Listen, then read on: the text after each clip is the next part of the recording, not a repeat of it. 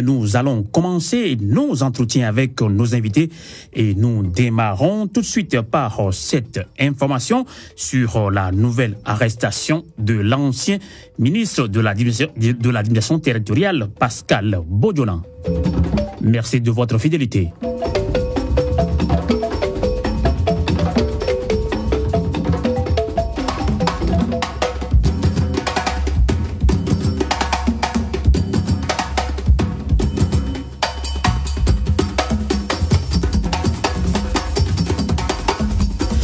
L'ancien ministre de l'administration territoriale, Pascal Bodjolan, impliqué dans l'affaire d'escroquerie internationale, est de nouveau privé de liberté. Il a été déposé à la prison de Thiévié le 21 août dernier.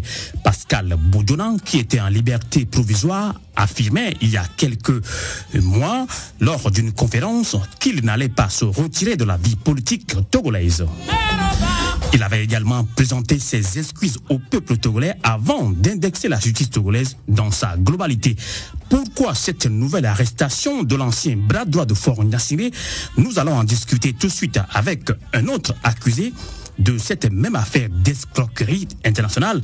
Il s'agit du français M. Loïc Lefauprijean, ancien PDG d'Elf Aquitaine depuis la France.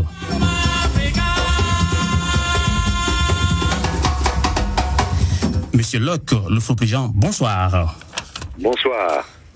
Merci d'accepter notre invitation en direct dans cette émission Fenêtre sur l'Afrique en direct depuis Paris. Suite à une audience avec le juge d'instruction du 4e cabinet qui a duré toute la matinée du 21 août dernier en présence de ses avocats. Donc, Pascal Bodjolan a été finalement déposé à la prison civile de Thiévié. Vous étiez également cité dans cette même affaire d'escroquerie internationale. Vous étiez également détenu pendant plusieurs mois à la gendarmerie au Togo avant d'être relâché pour des raisons de santé. Eh bien, quelle est votre réaction après cette nouvelle arrestation de Pascal Bodjolan? Écoutez, je pense que cela confirme mes propos depuis quelques mois, à savoir que c'est une affaire essentiellement politique qui conduit à essayer d'écarter Pascal Bodjolan de la vie politique togolaise.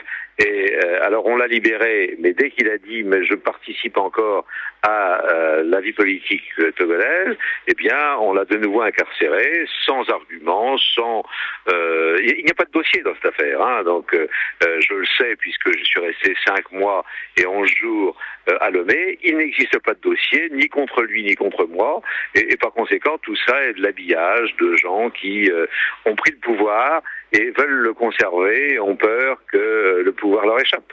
Voilà, c'est tout. C'est uniquement une affaire politique togolaise et c'est détestable et méprisable.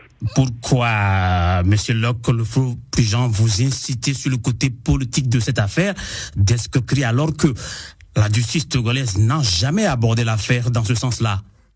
Ben si, parce que c'est comme ça que on m'a demandé, lorsque je suis arrivé au Togo, à Lomé, on m'a demandé de dire que c'était Monsieur Pascal Bodjolan qui avait été l'escroc, et que j'ai refusé de le dire. C'est pour ça que je suis resté 5 mois et 11 jours là-bas.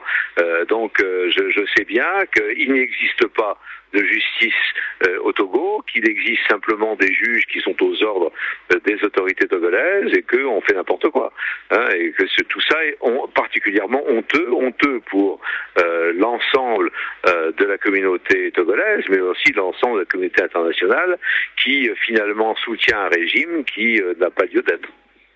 Pensez-vous vraiment que Faure Gnassingbé est-il en train de régler un compte à son ancien bras droit, qu'il avait bien évidemment beaucoup aidé à l'installer dans un premier temps, hein, dans le fauteuil présidentiel après la mort de son père Gnassingbé en 2005? Absolument, c'est ma conviction, et c'est une conviction que partageaient visiblement les juges qui m'ont interrogé, puisque leur propos était d'essayer de sauver Faure Gnassingbé en me demandant d'accuser Monsieur Pascal Bodjolan, ce que je n'ai pas fait, comme vous le savez. Donc cette affaire me paraît d'une grande clarté, et je suis étonné que la France et la communauté européenne continuent à ne pas voir la réalité du Togo, et je pense de toute façon que si jamais on regarde le point de vue économique, on s'aperçoit qu'on a effectivement enlever la dette du Togo, la communauté internationale l'a faite, et puis ensuite l'Union européenne comme la France ont continué à aider le Togo, et ceci pour la satisfaction d'une bande d'individus qui sont au pouvoir, et pas pour la satisfaction des Togolais dans leur ensemble, et c'est ça que je conteste. Ayant été contre mon gré 5 mois et 11 jours au Togo, je peux affirmer que c'est comme ça que je vois aujourd'hui le Togo. Vous évoquez la communauté internationale, notamment la France. Vous êtes vous-même français. Vous avez déposé en France une plainte contre la justice togolaise qui, selon vos affirmations, est à la sorte du pouvoir au Togo. Eh bien, pensez-vous que vous allez facilement sortir d'affaire, hein? Il y a bientôt 2 ans que dure cette affaire d'escroquerie internationale, le Flot-Pigeon. Je suis sorti d'affaire, c'est pas le problème. Le problème, c'est que les gens qui ont financé les kidnappeurs, puisque j'ai été kidnappé, et les gens qui ont financé la police des 2 côtés, aussi bien ivoirienne que togolaise, ces gens-là, je souhaiterais que la justice française s'y intéresse, et que je fais en sorte qu'elle s'y intéresse en ayant déposé plainte et en demandant à ce que la justice suive son cours. Que le Flot-Pigeon, dans moins de 8 mois, les Togolais choisiront le nouveau dirigeant.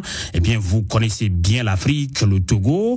Et eh bien, dans certains médias, vous parlez de népotisme autour du pouvoir au Togo. Qu'est-ce qui vous fait dire cela, le Flot-Pigeon? Eh bien, c'est ce que j'ai observé, à savoir que il n'y avait pas de démocratie réelle au Togo, qu'il y avait encore des atteintes aux droits de l'homme au Togo, et que visiblement la communauté internationale n'a pas envie de le voir. Et je m'insurge contre ça, puisque j'ai été le témoin de ce qui a été réalisé. J'ai demandé aux gens d'écouter ce que je disais, et il apparaît qu'un certain nombre d'individus, en France comme dans l'Union européenne, n'ont pas envie d'entendre. Ils n'entendent pas, et ils auront, je dirais, j'espère, de plus en plus de Togolais qui leur diront ce qui se passe réellement. Mais il ne peut pas y avoir d'élection au Togo dans un régime dictatorial, ça n'existe pas. Hein, l'attaque contre la dictature ne se fait pas par les urnes, parce que les urnes ne reflètent pas la réalité des aspirations des Togolais dans un régime dictatorial. Donc, pour vous, la solution n'est pas une élection au Togo. Alors, que proposez-vous concrètement à cette population ou bien à la diaspora togolaise qui nous suivent beaucoup sur le www.canalk.ch? Je pense qu'il n'y a pas d'autre solution que de faire en sorte que la diaspora aille voir d'une part la France et d'autre part l'Union européenne et les États-Unis pour leur expliquer quelle est la réalité du pouvoir au Togo et le fait qu'il est inutile de continuer à favoriser le pouvoir togolais alors que celui-ci n'utilise pas l'argent donné par la communauté internationale pour développer le Togo. C'est ça ma conviction, c'est ça que j'ai vu, et c'est ce point de vue que je défends. Justement, le Flot-Pigeon, la diaspora togolaise l'a beaucoup fait. Il y a beaucoup d'associations qui sont même allées au siège de l'Union européenne en Belgique, mais le problème perdure. Qu'est-ce que vous en pensez? Il faut insister ou pas? Il faut insister, il faut aller voir Monsieur Hollande, il faut aller voir Madame Merkel, il faut aller voir les nouveaux dirigeants de l'Union européenne qui vont être nommés dans quelques mois, et il faut leur expliquer encore que l'argent qu'ils dépensent est un argent qui n'est pas utilisé pour le développement du Togo, mais qui est utilisé pour servir un certain nombre d'individus qui dirigent aujourd'hui le Togo. C'est ça qu'il faut leur expliquer.